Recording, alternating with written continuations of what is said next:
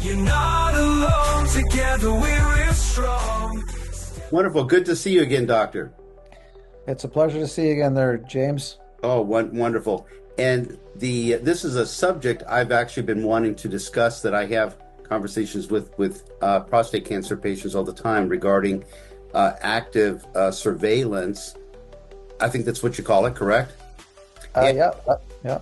and so I'd like to hear your perspective on that. That would be very helpful for everyone. Yeah, so I guess the other term they used to use was watchful waiting. Okay. So I don't mean to age myself, but I was around when active surveillance or watchful waiting was not an option. Okay. Alrighty. I'll tell you my kind of process in this is. So when I was a student, I always remember a colleague of mine. We'd sometimes go over to in Seattle, the University of Washington, and they would be talking about the management of prostate cancer. And then they'd say, hormone treatment, surgery, radiation, choose any one of them because they work about the same. But Okay. guess what? Guess what group was never talked about? Doing nothing. And It's an option. yeah, but it was what it told me at that time was that when you have recommendations of like multiple tools or multiple Hmm. approaches, sometimes it gives a bit of a signal that's like, okay, like maybe this disease is a little bit different than say some of the others. And so eventually, what started to happen is this term active surveillance began to be thrown around. I think at first in the 90s, believe it or Okay. not. Fairly And recent then. well, yeah, and then it was, and I think it wasn't until like there was a Canadian, another fellow Canadian named Klotz from Ontario, where he, I think, more coined the modern definition and with means of doing it, right? Like how Hmm. to monitor people and so I guess he'd be considered like maybe the father of the modern day active surveillance. But what's interesting for me is that earlier in my career we saw some patients where they just felt that removing their prostate at that time, which was more the standard, was a bit too harsh for them. They had, Right. their sexual function was important for them, quality of life was important for them, and so I remember this one patient of mine and a urologist saying, if you don't do something, you're gonna die. And move forward to the future, like when active surveillance was being more discussed, he was actually that exact group, like this group that's considered like lower risk, right? Okay. And what we've learned with patients who have or considered lower risk, the disease more behaves like a turtle, versus like a raging lion, So Okay. it's the group that you could probably most likely die of something else versus the disease itself. So Okay. it's interesting with this one patient where he was like, it just didn't make sense to me. And I was kind of familiar with some of this preliminary data. I remember like, again, like my kind of intuition was saying, yeah, this disease like largely appears more slow or more indolent. And then move forward to the future. I remember like years later, this patient went back to the urologist and guess what the urologist told him? He said, you were right. Oh, thanks. Like yeah, so anyways, what's interesting is like so in the management of prostate cancer, there's an option there that's considered conventionally recognized, I guess, now, where like you have a diagnosis of prostate cancer and there's a large group now where they say, something, an option you have is to actually just to monitor it, Okay. and not do like radiation or surgery or something like earlier on. And so I think it took a while for that one to kind of get integrated into the system. I think, like I remember one of my educated patients was telling me when active surveillance was being discussed, and I think he was telling me on Twitter, these urologists that bought like new robotic machines for surgery says, "Oh no, are we going to be like, we'll be able to pay for this?" Right, right. Need somebody to operate on. So it was, and I remember he told me like, I was like, yeah, that was like circulating at like the older Twitter, the pre-Elon Musk days, and Right. because Twitter back in the day was actually used a lot for medical sharing of knowledge. That's what people Okay. don't know. Like it was, so a lot of in medicine had Twitter just to share like news and information on it. So, anyways, so prostate cancer is one of the few cancers. It's not all of them. There's other cancers, but where like monitoring the disease is actually considered a conventional option. Okay. And again, it took a while for it to get really accepted into the system. And so it's currently as it sits, they more kind of use them in these groups that are called like lower risk, right? Okay. And by lower risk, what they mean by that is like generally is the groups that say like there's something called a Gleason score, right? Right. Right. And the Gleason score kind of tells you like that old character Dr. Jekyll and Hyde, right? Right.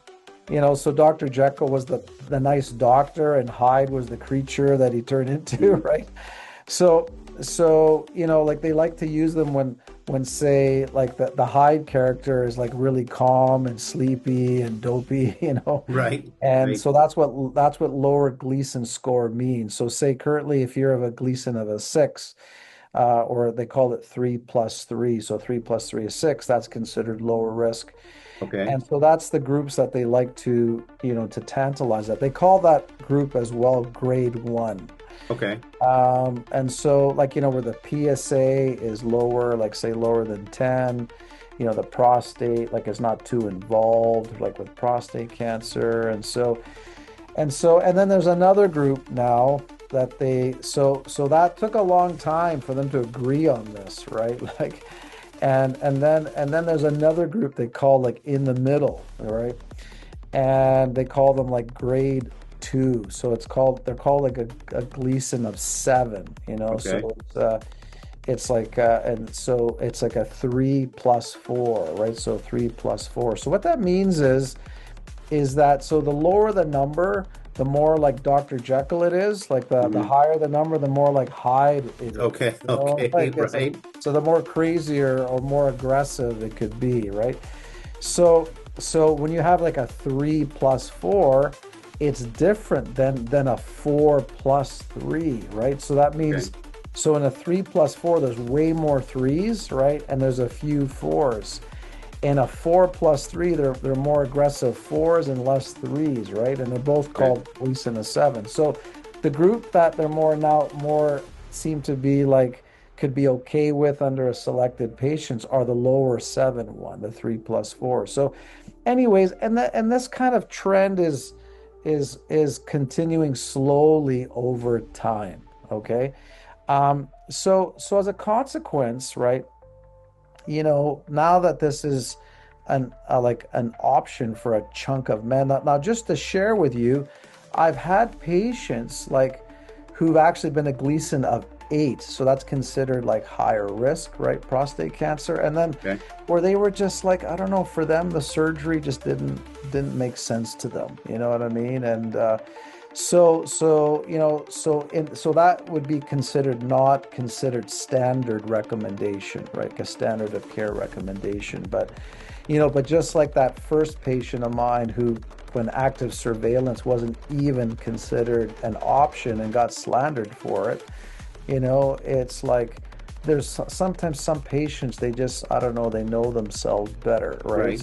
And, so anyways, so then as a consequence of this option, so what it means, like, so generally with prostate cancer is like, it's one of those cancers that, it's like a disease of aging, like, so it's like as you get older, it seems like most men get it, but it doesn't mean it takes their life. So when you go look at autopsy in men who've died of like heart disease or something else, and you look at their prostate, they've had prostate cancer, right? But Right. it, didn't take their life. You know what I mean? Like, it's this thing that they just lived with. It's growing slowly. So essentially, that check engine light is on, right? You're monitoring it, but there's some things that you could be doing with your naturopath, your doctor, on a holistic basis during that monitoring process, right? I mean, it doesn't mean doing nothing. Well, yeah, so this is the interesting part, like to exactly what you're saying. So when these men are given the option active surveillance, right? Hmm. They're actually that's with like them doing nothing. Right. That's the conventional recommendation, It, right? Like, it's so now I'm waiting for your response, but I'm sitting there twitching in my chair and I'm going, this doesn't sound like a great idea. yeah, so it's like, so obviously you got these, men that are saying, well, like, really, like, I can't, should I be doing something, like, Right. and so this is where it kind of got into, like, there were earlier papers, like, like, hey, how about those who got more healthier, like those who say, like, hey, started to exercise more. How's about those who started to improve their diet, become more plant-based? Right. How's about those who wanted to like watch their stress, and do some meditation? How's about, what I mean? So there's like, how's about supplemental? How's about like, so there's this interesting world. And I'll tell you about an earlier study that was really interesting. Are you familiar with that cardiologist named Dean Ornish? Like, I've heard the name. yeah, so he was like one of the first cardiologists who showed that you could reverse heart disease or improve it with lifestyle, Okay. like, and so I think he was involved in some earlier research where they're looking at these men who got more like, improve their lifestyle, improve their health, and they noticed that these men were able to delay the progression of needing more conventional treatment. Okay. But one of the experiments they did that was really cool in my eyes, like they got the blood of these men, and they actually had like they put them on like a prostate cancer cell line in the laboratory. So this had prostate cancer, right? Okay. And they were just curious, what did the blood of these people that were improved themselves versus the group that didn't, what did it do to that cancer in the petri dish, right? In the Okay. laboratory. And guess what happened? The group that say, that just kind of went on their way doing whatever they wanted to, and I Right. don't quote me exactly on the stats on this, but it was like say, like 10 to 20% of them could maybe put that prostate cancer to sleep in the laboratory, okay? But Okay. the men that were like say proactive, it was like over 80% of them. Wow. Like, Wow. Do so there something, so right? there was something about their blood turned into anti-cancer blood, you know what I mean? Right. Like, it's, like really interesting experiment, you know what I mean? It is.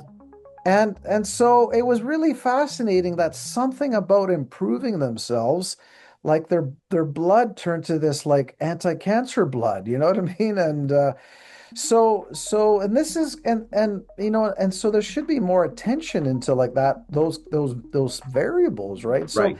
yeah, now it is creeping in there, right? Like, yeah, exercise and things. So the question is, what else is out there? You know what I Right. mean? Like, so that's where obviously, there's been this curiosity of doing more than that, right? Like, so yeah, there's been talk of like, yeah, the lycopene, the tomato, the paste, and, being more vegetarian. There's like, vitamin D, there's this, quercetin, this bioflavonoid. And so there has been like this discussions of like doing more or other things, Right. right? And so in essence, like, eventually it seems like that, convention, some sort of treatment would be required for patients, right? Like at some point, right? Right. But it's obviously trying to kick that can down the road as long as you can, because like say, for example, radiation surgery, they have their side effects, right? Right. they could negatively impact sexual function in men, and they could, there's side effects in damaging the bowel. Like there's all this stuff, right? And Right. and and then the hormone treatment that could be used, it's called chemical castration, which is basically it's like cutting off your testicles, Yeah, right? that doesn't sound like fun. No, and that was like a standard of care Right. recommendation, cutting off testicles. Now they use drugs for that, right? But so anyways, like so imagine like all these men that say, if they're like, oh, like that one patient that I think I told you who first did it, like I think he's still doing active surveillance over 10 years, you know what I mean? Great. And he's living this like pretty healthy like lifestyle because of Right. that. Now he's on it. He's not just sitting on the couch and eating Twinkies and ding dongs and chips, right? So, Hold my but beer while I do nothing. Right. Yeah. but anyway, so this is what active surveillance has like is turning into, and now I think what they're even starting to refine even more, there was a new paper that I saw recently where because they were saying, well, how about like younger men, like say men less than 60, like say in your 50s and stuff, like because we're seeing these, unfortunately, these prostate cancers in younger and younger men. Correct. I am. Yeah, yeah, yeah. And so then it's like, so now they've even talked about like there's these groups in these younger men that are even intermediate risk. So that's grade two, those 3+4s. And it looks like compared to like radiation or surgery, the active surveillance from a survival, like again, was about the same, like in Okay. these preliminary data that they reviewed, and so of like this one study was like 4,000 men that was published in, That's a lot. yeah, May of 2026. So anyways, it's really fascinating how things like, because the model, like I think what we've talked about in the past, it always errs on over treatment, versus under. But again, we're learning in groups of cases and cancers that over treatment is like, is maybe not the best in quality of life, and it might not be the best in overall survival, compared to some of the standard treatments available. So I think prostate cancer obviously then is a groups where it's like I want to whatever I can do to improve myself, Correct. to support my immune system, my body, and other approaches to try to target it. Right.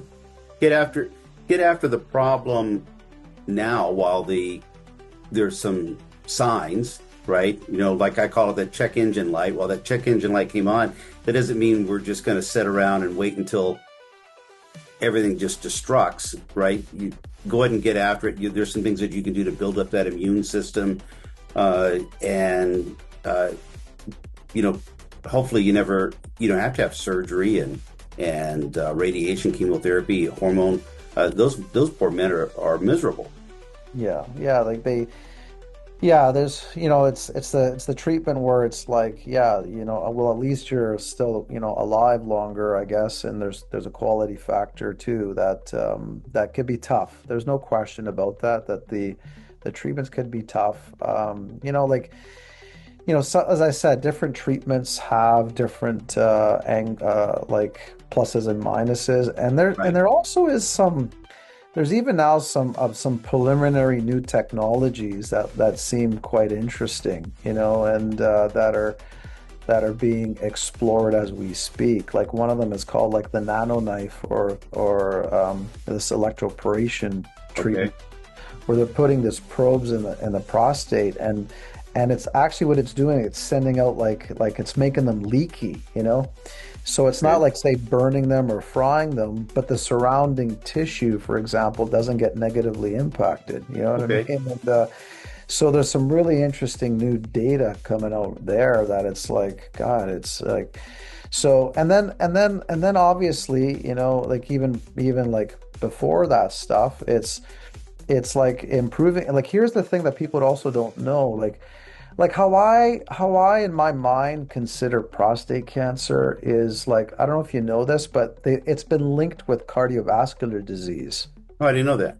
Yeah, like I remember even seeing some earlier papers that the PSA is linked with like aortic wall stiffness, like you know how like elastic your arteries are, and like the more harder they get, the more harder to pump through it, right? But Right. and so what you can see is this group of men where I've seen a bunch of them in my career where say they've had like heart disease, they've had some bypass, Hmm. and they're maybe not taking it super seriously, and then they get like prostate cancer, and then they're like, Okay. oh, like Now I'm taking it serious.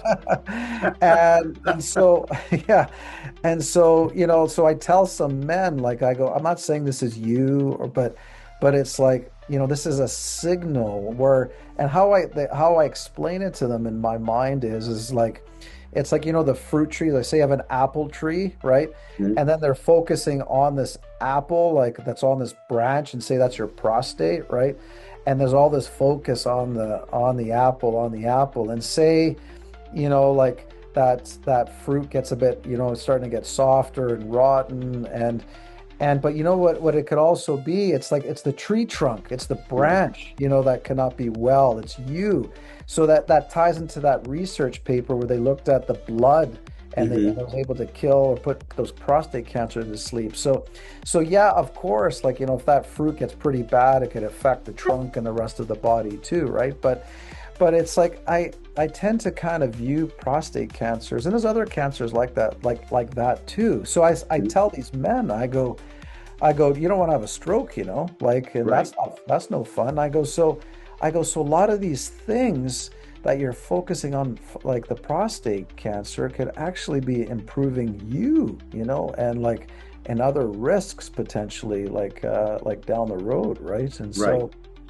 so so it kind of helps you in so many other ways. Okay.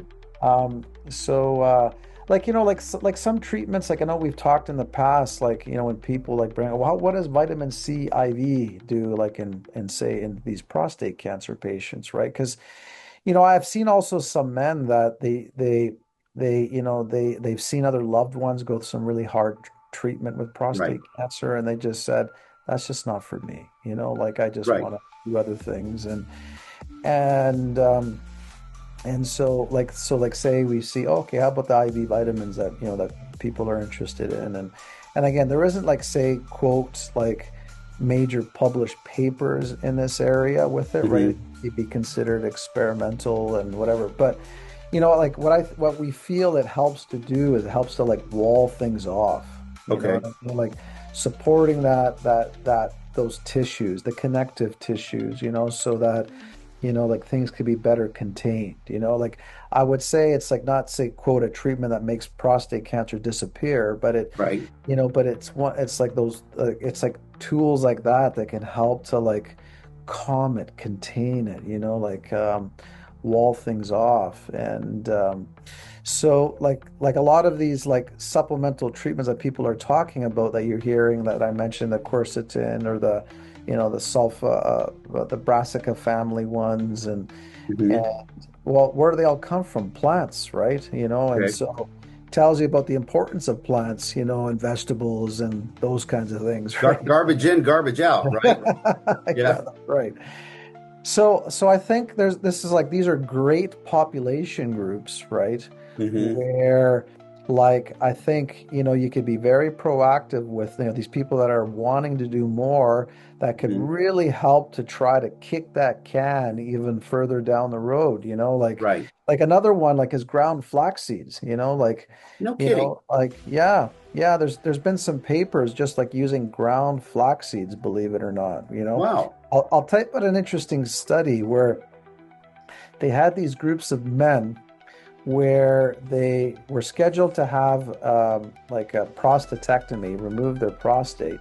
Okay. And so they had the biopsy done, and they went on, say, a low-fat diet, and they took ground flax seeds, and then they removed the prostate, and then they analyzed it. Guess what happened? And this is like, say, in 4 weeks, the growth of the prostate cancer started to go down. Would have been helpful to know that before they removed it. And Right. that's what I mean, like, there's been papers with ground flax seeds and PSAs going down, for example, right? No So, kidding. Yeah, so there's, there's all these things that are out there, and so, and then I've also seen groups of men, like say the ones that say, they have some room to improve their health, like maybe they're a bit more overweight, they have extra fat on them, they're a bit more sedentary, and when you lean them out a bit more, you know what I've seen? The PSA come down, Great. and yeah. Makes me want to go for a walk. Yeah. So that's what I mean, right? Like you're always like, you're always trying to, like figure out these these tools, try to home them in these individual patients and then seeing what these things could do to try to calm them down. Like now with prostate cancer, because active surveillance has become such more of a, mainstream thing, like the technologies have also gotten better, like say using MRIs to say monitor patients, the PSA, there's other types of, blood test and urine test that could be done. There's even new more promising technologies of monitoring called like the PSMA PET scan that uses like a prostate specific membrane antigen, so it's Okay. actually it homes in on prostate cancer on like membrane, and so like there's all these cool things, that are being explored and it seems like that just continues to like gain momentum, Great. so it wasn't like how before they used to like biopsy the heck out of people and the prostates and who wants that done, right? Right. And as well, and so those are seems like they're getting more or less um, and more like I guess non-invasive technologies are being explored more and more every day. I remember having conversations with patients, and they go, "Well, the doctor says active surveillance. I'm an active surveillance, so just waiting, just waiting." And go back and ask again. I don't think that this means doing nothing. I mean, I think that this means you can, certainly there's some things that you could be doing to improve the situation. That's where getting your naturopathic team involved and getting some other additional options to improve your health. That's right. And again, like back to that earlier study where they had the men that were just, they were more proactive with their health and the group that was not, and the ones that were more proactive were able to kick the can down the road, Right, longer, right? And so, and there's obviously probably groups that can go a lot further, right? And right. so anyways, yeah, that I think, that's not a I think if a patient's like oncology or urology team is saying just sit and do nothing, I think that's not helpful advice. Yeah, It's like, I would think so too. yeah, like, and I think, and so, and so there's like basic steps and basic suggestions that I think is applicable. And then as I said, like, like now there's these links with cardiovascular disease, right? And Yeah, I didn't so know that. yeah, so I think there's a lot of things that people could be doing, and depending how far they want to go, like there's obviously all kinds of things to consider. Yeah, sure, there's a bunch of things that maybe are considered still preliminary, and but I always say, well, what's the harm for you? Like what's the risk benefit? Right, And then, you're working together and also monitoring them and making right. sure that they're okay, and you're working together as part of a team when you can, and away you go. But I think it's taken a long time for the conventional model to actually acknowledge active surveillance, and I personally feel it was a bit of a sin for how long it took, and Seems that way. yeah, and then it also makes you wonder what other cancers that you could do that as well. You know what I mean? And so I'm sure that's a discussion for another talk. It will be. I look forward to having those as well. So the well, I'm out of these videos. I want people to realize that hey, there's hope and help out there, and you get this diagnosis. That doesn't mean hey that you're doing nothing. You can get out there and get involved in your own health. Uh, get your naturopath involved your NMD involved, and you don't have to be a negative statistic. You can be the positive one, right? So there's some hope and help out there, and this is certainly a subject I've been wanting to discuss for a while. So I hope that others are going to see, get positive benefit, out of this video, with some education. I'm here to do my best. Oh, we're doing great. We're doing great. Well, Doctor, I look forward to our next conversation. Thank you very much. It's been a blessing, and I know that others are going to be benefiting from the conversation as well. Thank you. Well, thank you. We'll see you next week. All the best to you. Yes, sir. Bye-bye. I hope you enjoyed the video.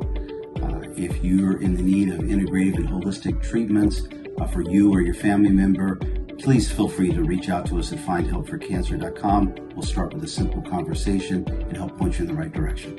Happy to help.